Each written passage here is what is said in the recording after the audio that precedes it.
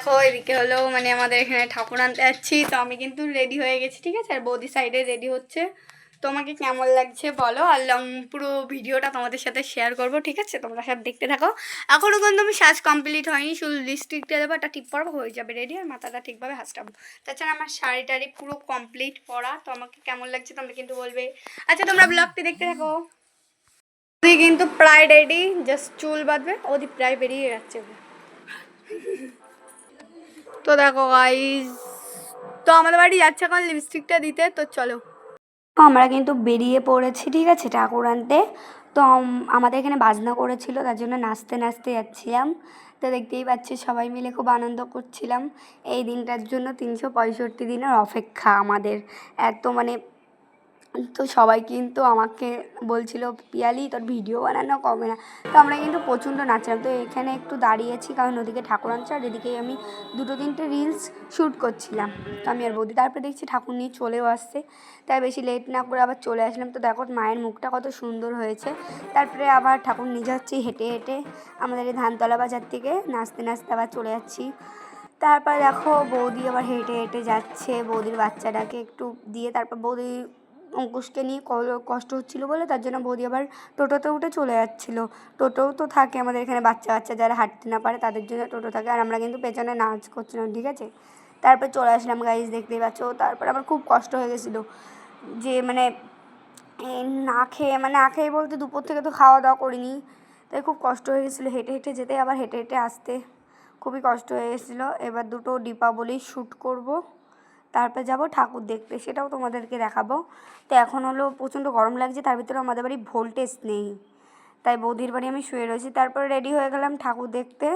এখন 11টা মতো বাজে হয়তো। এখন যাচ্ছি ঠাকুর দেখতে, ঠিক আছে। রেডি হয়ে গেছি আমি।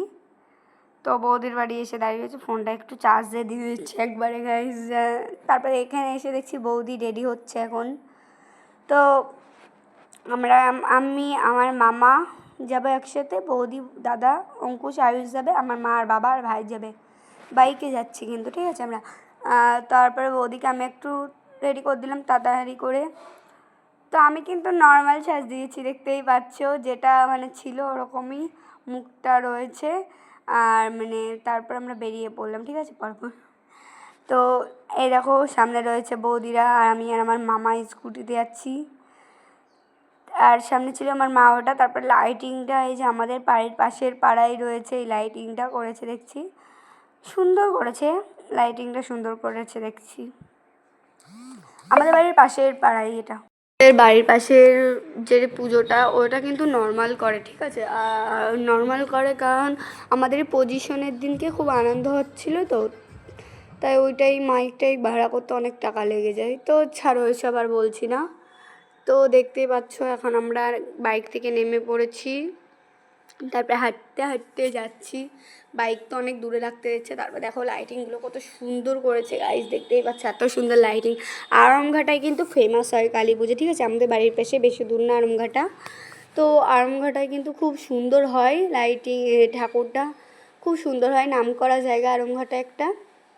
তো আমরা হাঁটতে হাঁটতে দেখো আজ এখানে হলো মানে পড়াশোনা নিয়ে একটা প্যান্ডেল হয়েছে। তো এগুলো আমরা আসার সময় দেখবো, এখন দেখবো না, আসার সময় দেখবো।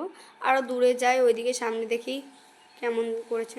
তারপরে চলে আসলাম বড় মাঠে, এটা হলো বড় মাঠ। এখানে 4টে প্যান্ডেল করেছে, একটা হলো 1,00,000 ব্লেড দিয়ে করেছে, সেটা আজকে বন্ধ রয়েছে বলে আমরা যেতে পারলাম না।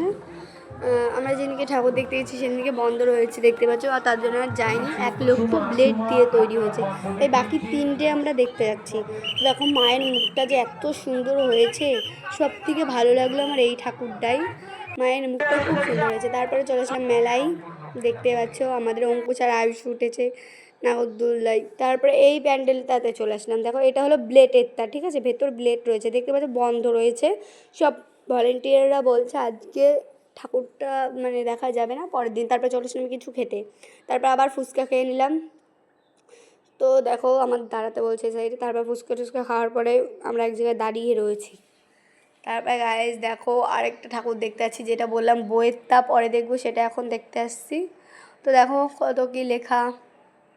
তো দেখো ঠাকুরটা খুব সুন্দর হয়েছে, সাইডে ওইগুলো মনে হচ্ছিলো শোনা। তো তারপরে চলে আসলাম মানে এটা হলো ডিজে, মানে শব্দল না একটা কী বলে জায়গা, তারপরে ওইটাও দেখার পর আবার চলে আসলাম আমরা।